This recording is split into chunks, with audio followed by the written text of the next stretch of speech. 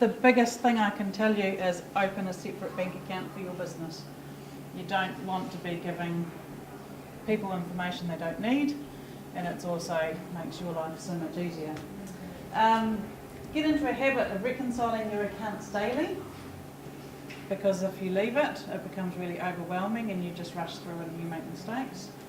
I've got a client that gets up every morning, and while he has his breakfast and his cup of coffee, he sits down on his Xero app and he reconciles his bank account. He says it's a really cool game. Each to their own. And set aside funds regularly for GST and tax. So we will cover off GST and tax, but make sure that you're putting money aside all the time. GST is not your money. The amount of time I heard someone say, I spent it. And at IRD we were trained to actually go, what? And make you feel really horrible that you're the only person in this country that hasn't got the money to pay GST. So you don't want to be having that phone call.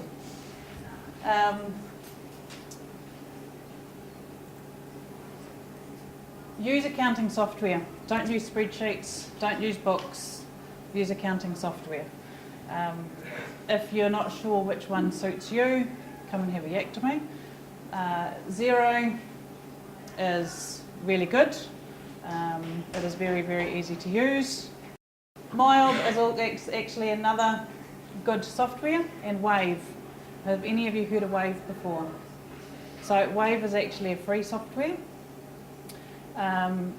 Very good, but it's actually not easy to set up. So don't go into this thinking that you're going to use a free software and set it up yourself. You'll set it up wrong, and then all of your data is going to be incorrect. Spend the money, get someone to help you, set it up correctly, and then you've got all your invoicing, everything's done. You can reconcile your bank accounts and you know it's right. So, what's cash manager like? Not something that I've actually played a hell of a lot with, to be honest. I do have clients use it, but they're more rural. So yeah, I mean, at the end of the day, you use a software that you're comfortable with, because if you know what to do with it, you're going to be a lot more successful than trying to learn something new. Do any of them come with training if you have done that route? No, unfortunately, and to be honest, I had a conversation yesterday with a corporate company who actually put in Xero, and they've now come to me because they've realised they should have actually provided training to their staff. It looked easy, so it would have been fine. So whatever you do, come and get some training. We are, and you'll see it at the end of my presentation, we are opening the office up every Wednesday for those people that have bookkeeping issues and need to know how to do something.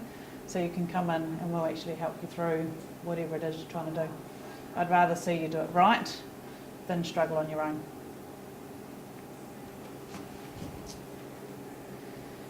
Bills and purchases. Definitely have a chat to Todd.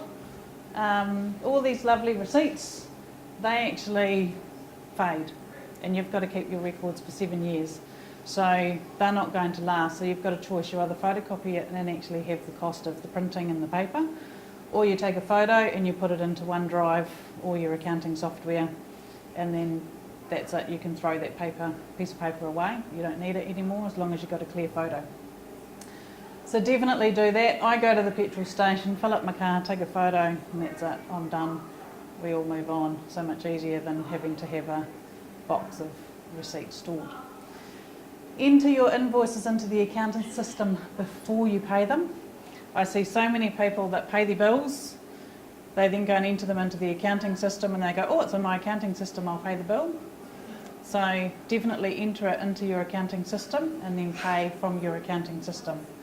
And then write that it's been entered and file it in a folder. So we don't need to, once it's actually in your accounting system, we don't need to have 101 sheets of paper on your desk. That's just going to do your head in. We file it away. And when you file your invoices, so the statement comes through, never throw away the invoices. I've had clients come in that actually throw away the invoices because it's all written on the statement. The statement is not good enough for you to claim the deduction when it comes to an IRD audit. So we need to keep the invoices collect your invoices, get your statement, make sure that all the invoices are on that statement, file it away, it'll all be in your accounting software. And if you've entered all your invoices into the accounting software as you go, you'll be able to get your statement and just look at the balance and go, well, that's what my accounting software says and this is what the statement says, so we're all good to go. So it'll save you time.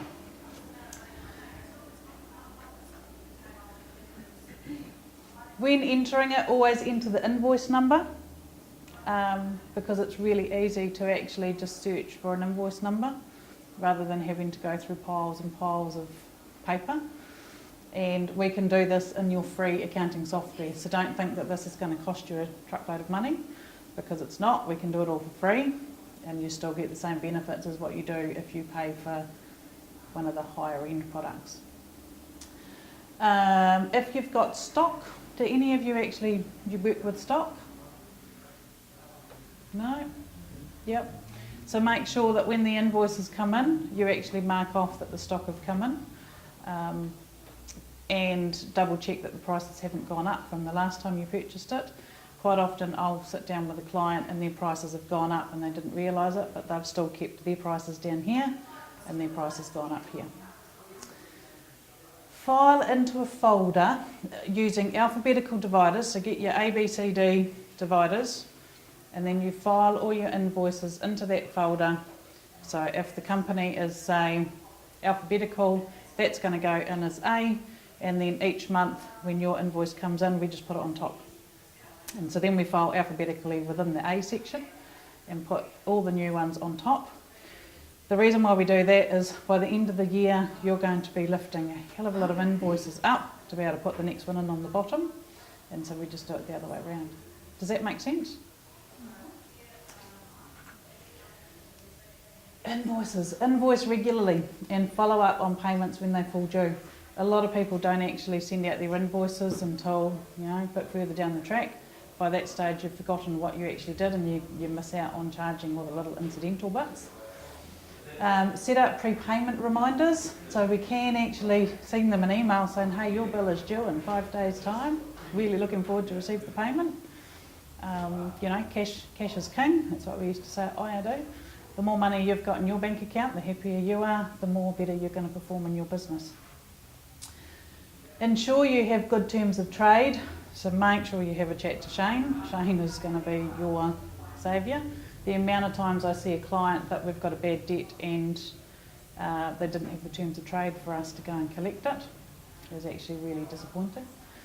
And email invoices. Everyone's got an email these days. The amount of companies I see that still post things, try and get as many emails as you possibly can, and that also becomes a database for you to market to as well. So it's not just about emailing, it's invoices, it's about marketing. So, any questions on the bookkeeping side? It's fairly simple. No? On the filing of them, is it important to have it alphabetically or just monthly each month? You will find it's easier to actually track. So let's say Joe Blogg's company sends you an invoice and they want you to go and look up something. You're going to, after it's been 2 years, if you don't have accounting software, you're then going to have to go through each month to work out which month Joe Blogs actually sent you the invoice. Whereas if we just file it under Joe Blogs, we go to Joe Blogs, here's all of his invoices all nicely lined up, and we find what we're looking for.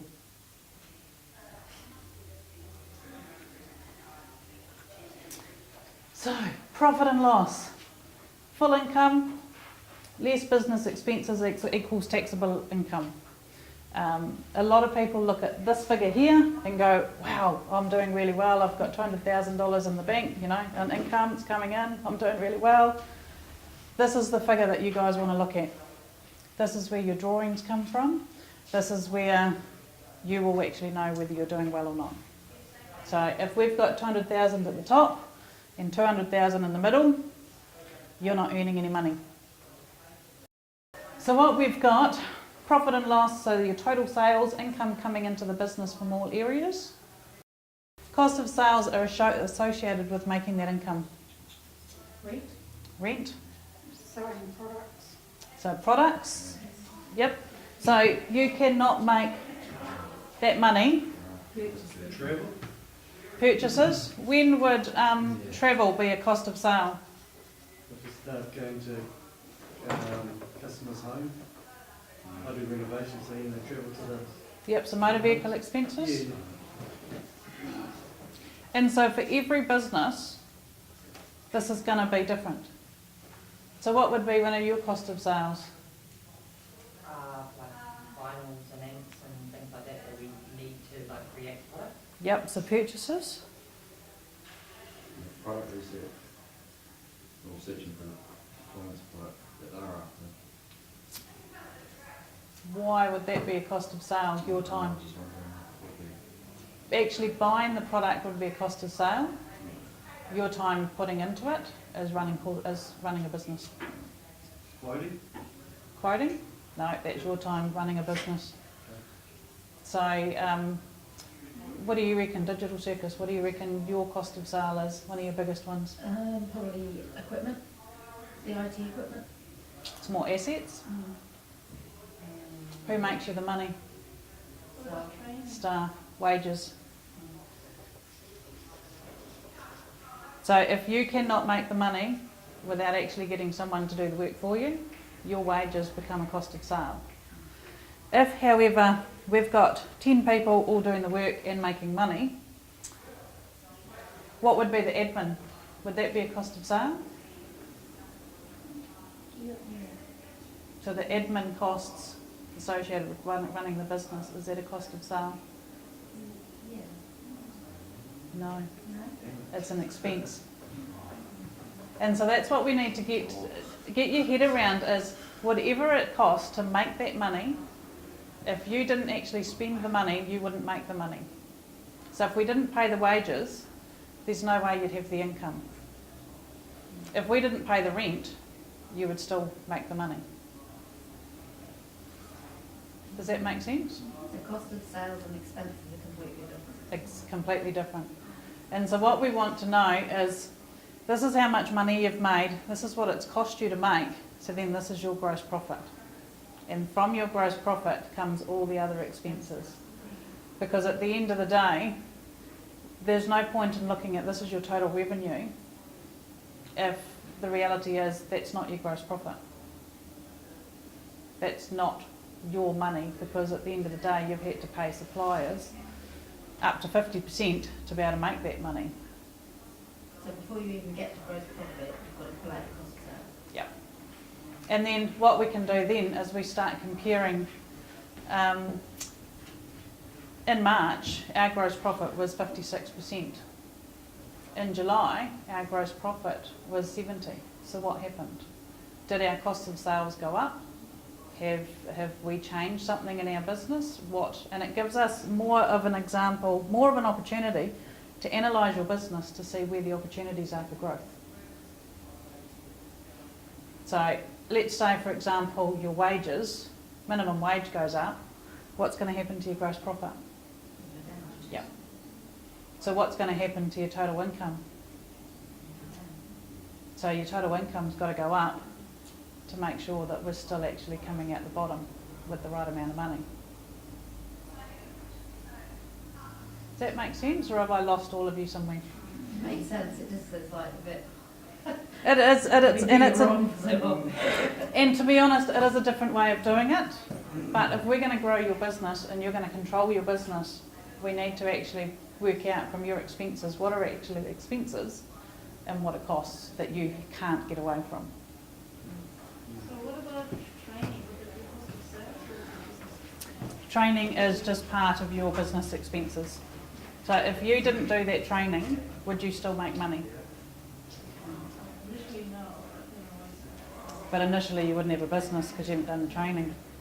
So and that's the thing, is to think about, if you didn't spend the money, you won't make the money. And so we take out all those costs associated with making that money right up front, and then we know where you're sort of sitting and where we're heading. So then we've got the gross profit is the amount left over after we've taken out the cost of sales. Then you've got all your business expenses, advertising, office, power, that sort of stuff. And then this is the figure that everyone needs to focus on, is the net profit. Can anyone tell me why? Taxable. It's taxable, yes. That's where you get your wages or your drawings from. Yep, and that's where you get money from. So if this figure is $100,000, you're going to pay tax on $100,000, but it means that if you don't have any loans or anything, you've got $100,000 that you can call your own. If this figure is $10, you're going to pay tax on $10, but all you've made in that year is $10. So this figure can be $1 million, but that's irrelevant because what we want is the healthy figure in the bottom. Oh look, there you go. I should have actually gone through to the next slide because we've just done all that. The balance sheet is also referred through as the statement of financial position. The balance sheet is a snapshot. So the profit and loss is it tracks the money that flows through your bank account pretty much. It's money in, money out. That's pretty much how it works.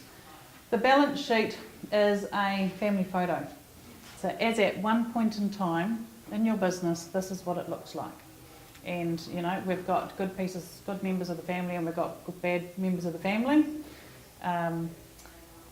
You have assets which are good, and then you've got your liabilities, which is bad. And a lot of businesses, when they start out, actually have more liabilities than they've got assets. So assets can be things like money in the bank, debtors, stock, all that sort of stuff. If you buy a business, you're going to buy it with goodwill, so that's considered an asset. And all your big items, so if you've got cars or anything in your business, that all becomes an asset. Liabilities are if you've got a bank loan, if you've got creditors, the people that you owe money to, that all falls into the bottom half of the balance sheet.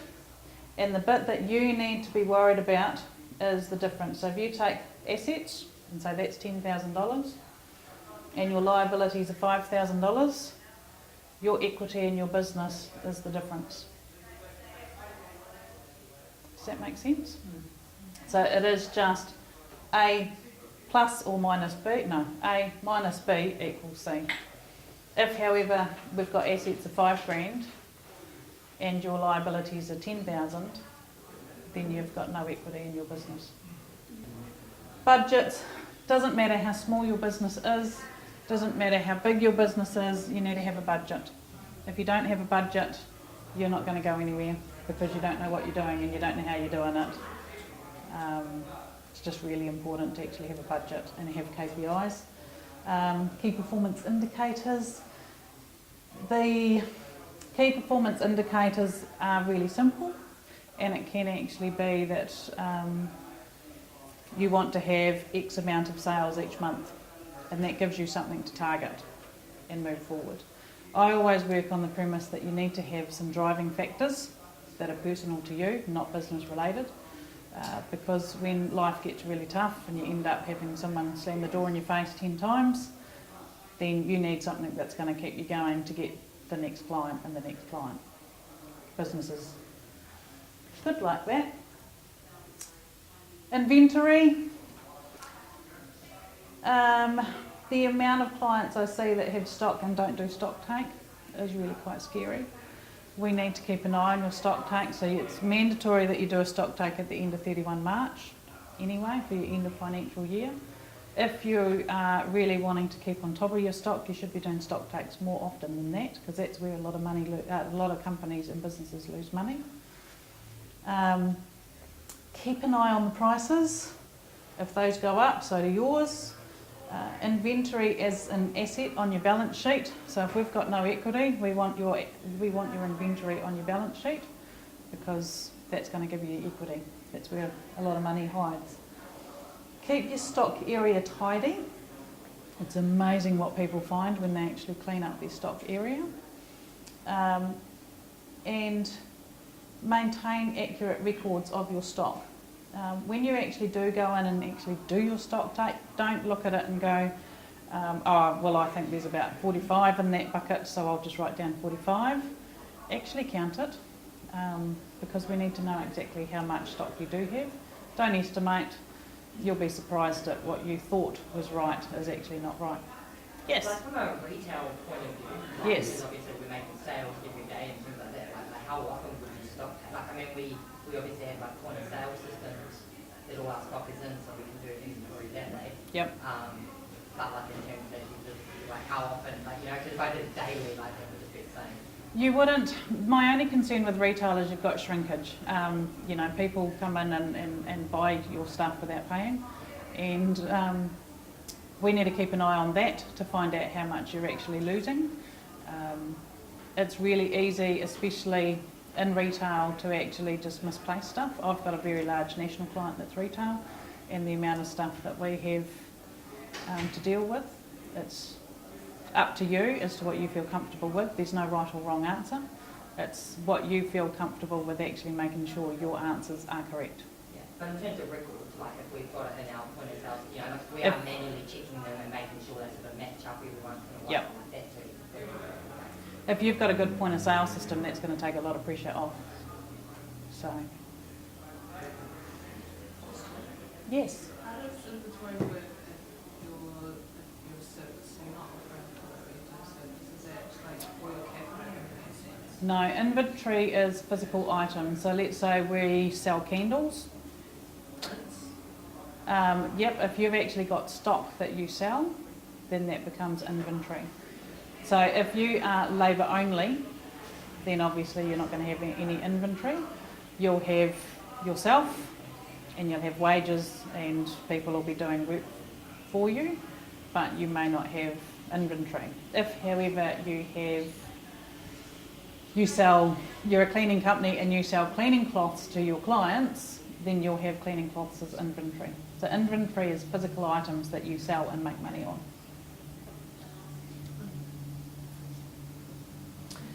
Home office, really cool. I love home office because this is how you can actually reduce that taxable profit.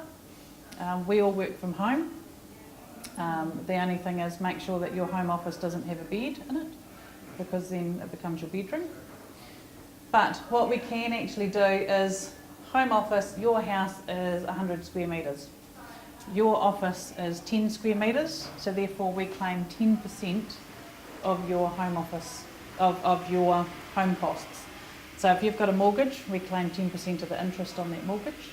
If you pay rent, we claim 10% of your rent for the year. We claim your power, your insurance, internet, all that sort of stuff. So when you actually sit down and look at your taxable profit, and here we've got $100,000, and you're going to pay tax on $100,000, we can go and claim your home office and maybe wipe out $5,000, say. So therefore you're only paying tax on 95. These are all costs that you pay anyway. So this is your living costs. So this money has already come out. We're just not paying tax on it. Yeah, I live in a tiny home, literally. Your home office costs aren't big then. Is 10% the maximum, is it, or? No, so if your house is, say, 20 square metres and your office is 5 square metres, then you work out the percentage. So it is based on the size of your house. There is also a new calculation, and don't ask me what it is right now, that's coming in 2017-18, and that's where they've actually worked out a square metre rate, which I think is about $41 that you can claim. So it just sort of depends on what works best for you. And definitely get advice, but if you're going to file your own income tax returns, this is an option, but get advice before you do it. The other really cool one, depreciation. This is also not cash out of your bank, but it also reduces our taxable profit. So if you've got a car or a cell phone or a laptop, any asset that you buy over $500 goes onto your balance sheet, and then we depreciate that each year. So if you've got a car, I think from memory it's about 13% depreciation that we can take off your car each year. And so we can end up taking a large chunk of your taxable profit just by depreciating your assets. So computers disappear really quickly. I think they're about 60%. So if you buy, and what it actually is, depreciation is an allowance that IRD allow us, which acknowledges business assets eventually wear out. So what they're valued at today is not what they're going to be valued at in the future. Any item over $500, we can't expense that like we normally would through your profit and loss. It's got to go onto your balance sheet as an asset. Any questions there, ask me afterwards. And always get professional advice. And so if you buy an asset, come in on a Wednesday between 9 and 11 and say, Haylee, I've just gone and bought this Hyundai 2014 car, what do I do with it? I'll tell you, rather than just trying to do it yourself. GST, the only thing I can say about this is it's not your money. It is not your money. GST is collected on behalf of the government, and that really gets people's backs up. I've had clients say, I'm not going to put my prices up because I don't want to register for GST, and I'm not going to collect the government's money. That's not the way to think about this. GST is, if your income is going to look like it's going to exceed 60k, then you mandatorily have to register for GST. GST is on top of your invoices you charge 15%. On all the purchases that you buy, you're paying 15%. And so the money coming in minus the money going out is the amount that you pay to IRD. So I generally say to people, on your invoices that you're sending out, this is your charge out rate. We're then going to add your 15% on. That money comes into your bank account. We then shift that portion to a different bank account, and we leave it there, and we use that to pay all our GST returns. At the end of the year, we will have a bank account that has surplus funds in it, and that's for you, or for you to buy assets, or for you to develop your business. So it's a form of savings, really. How often would you move it over? Every time an invoice comes in, because it's really easy to spend money. So, and you've got to get into the habit of GST is not my money, I can't spend it. And I know from my IRD days that people would actually come in and go, I got really broke and I had to pay the wages, so I just took the GST. Before we get to that point, you need to be asking for advice.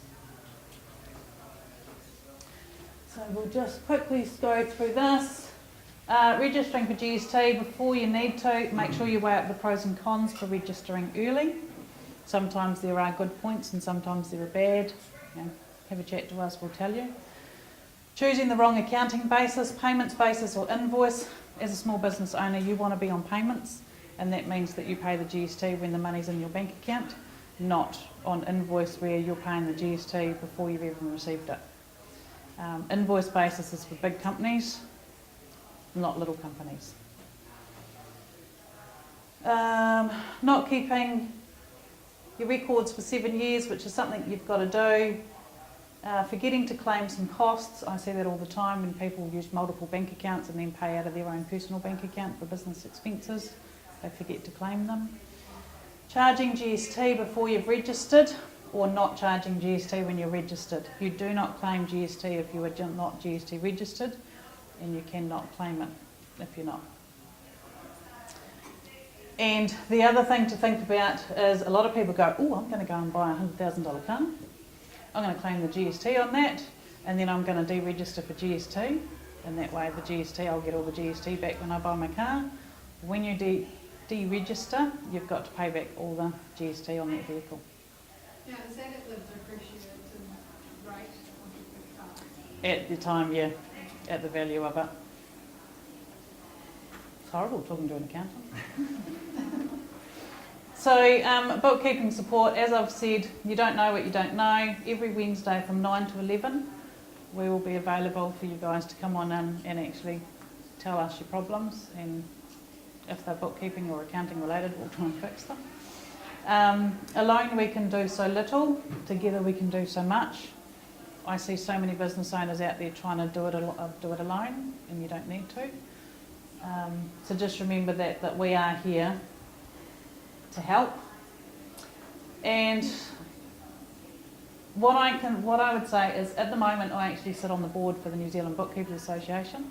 A lot of people don't even know that there are certified bookkeepers in New Zealand. I am currently the Membership and Education Coordinator for our 750 members. So if you are going to look at outsourcing, make sure that you're working with a certified bookkeeper, because all of our members have to jump through lots of hoops. They've got to do lots of education. It is a constant role of education that we need to do. So definitely look for us. Don't be like Batman. You know, we're here to help. We're here to answer any questions you've got. But make sure they're certified. The amount of clients that I've had come in that have been working with a bookkeeper that's not qualified is really scary.